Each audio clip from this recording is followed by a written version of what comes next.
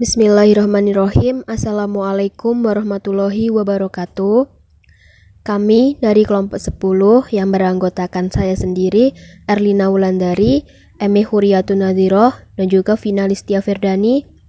Di sini kami akan menjelaskan mengenai teori al-itsar bil hurbi, mahurun wa fi ghairiha mahbubun, dan juga beserta dasar hukumnya. Yang pertama yaitu mengenai pengertian al-itsar bil hurbi mahurun wa fi ghairiha mahbubun. Itsar adalah suatu sikap mendahulukan orang lain daripada dirinya sendiri dalam hal duniawi dengan sukarela untuk mengharapkan akhirat. Kaidah itsar itu artinya mengutamakan orang lain dalam hal mendekatkan diri kepada Allah atau mengutamakan orang lain dalam beribadah. Itu hukumnya makruh. Adapun mengutamakan orang lain selain ibadah itu dianjurkan. Dalam ibadah yang dianjurkan dan disunahkan adalah berlomba-lomba mendapatkan yang paling afdol. Mendapatkan pahala yang paling banyak, maka mengutamakan orang lain sangat tidak dianjurkan alias makruh. Itsar sendiri tidak tumbuh secara serta-merta dalam diri manusia. Itsar tumbuh seiringan dengan pertumbuhan rasa persaudaraan, pendidikan, ukhuwah, dan juga pembiasaan. Maka dapat dikatakan bahwa pribadi mutsir yang memiliki itsar dapat tumbuh dengan baik jika dilandasi tumbuhnya kondisi mental yang sehat, empatik, mampu dan percaya diri kepada orang lain. Dengan landasan ini, seorang mampu menjalin hubungan yang tulus dan berkomunikasi dengan jujur, serta membangun persaudaraan yang dekat dengan satu dengan yang lainnya.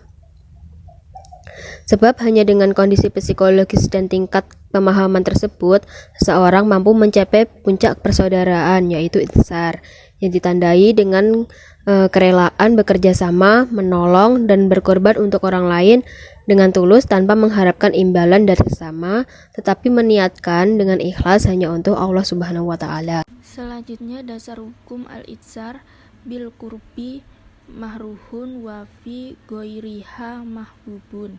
Adapun hukum mendahulukan orang lain dalam hal ibadah sendiri adalah makruh. Sedangkan dalam hal selain ibadah, maka hukumnya sunnah. Misal ketika kita meminjamkan motor kepada orang lain yang harus segera dibawa ke rumah sakit, namun ketika itu pula kita juga membutuhkannya. Nah, inilah contoh sederhana itsar dalam kehidupan sehari-hari, dan tentunya masih banyak lagi. Itsar dalam perkara duniawi seperti contoh di atas sangat dianjurkan bagi umat Islam.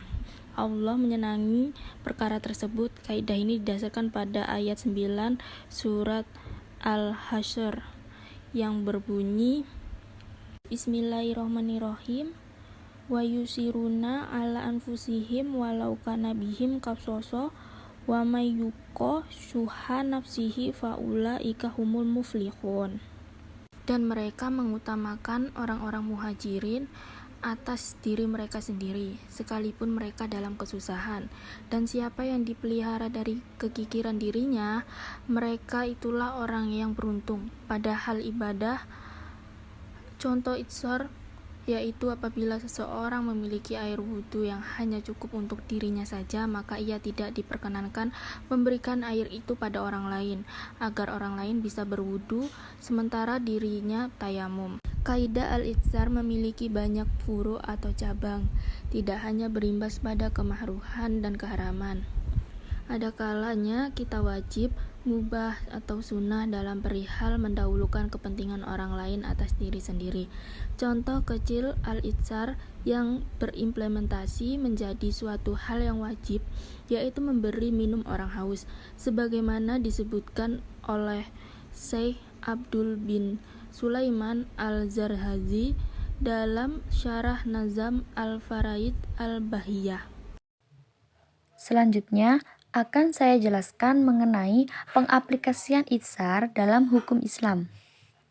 Seseorang baru akan mampu mengutamakan orang lain jika dia telah mampu mengenali jujur dan terhadap dirinya, mampu mengelola kehendak dan motif-motif pribadinya, serta mampu menekan dan menomorduakan dirinya sendiri.